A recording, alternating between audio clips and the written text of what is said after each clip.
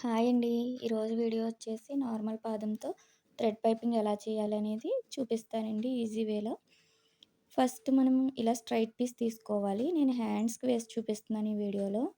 అంటే లెంత్ ఎక్కువ అవుతుందండి హ్యాండ్స్‌కి, నెక్‌కి చెప్దామంటే. అందుకని ప్రెజెంట్ కొత్తగా నేర్చుకునే వాళ్ళకి ఇలా యూజ్ అవుతుందని ఫస్ట్ హ్యాండ్‌కి చెప్తున్నానండి.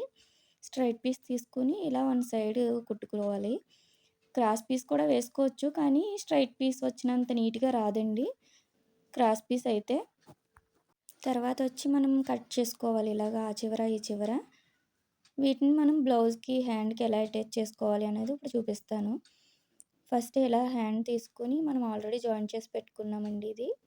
సైడ్ జాయింట్లు గట్టా పడితే ఆల్రెడీ జాయింట్ చేసి పెట్టుకోవాలి. నెక్స్ట్ వచ్చి మనం కుట్టుకున్నాం కదా! ఈ పీస్‌ని స్ట్రైట్ పీస్‌ని ఇలా పెట్టుకోవాలి.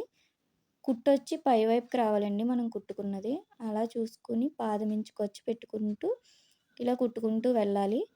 పాదమించుకొచ్చి ఖచ్చితంగా ఉండాలండి.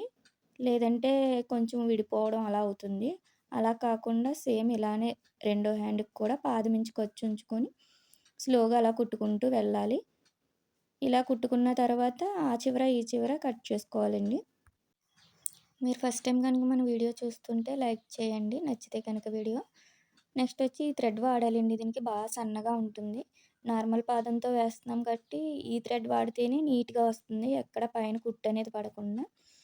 దాన్ని ఇలా పెట్టుకొని మనం ఫోల్డ్ చేసుకున్నామంటే చాలా సన్నగా వస్తుందండి.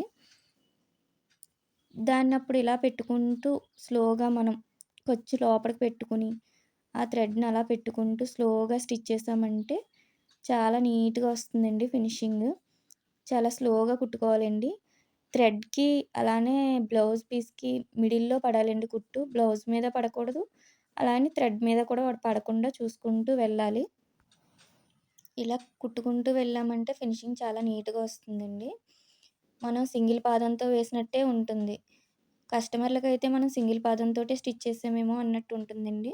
చాలా నీట్ ఫినిషింగ్ వస్తుంది. స్లోగా కుట్టుకోవాలి కాకపోతే. చాలా నిదానంగా థ్రెడ్ అనేది బయటికి ఎక్కడ అటు ఇటు కాకుండా ఖర్చు కూడా లోపడే ఉండేలా చూసుకుంటూ స్లోగా కుట్టుకోవాలండి.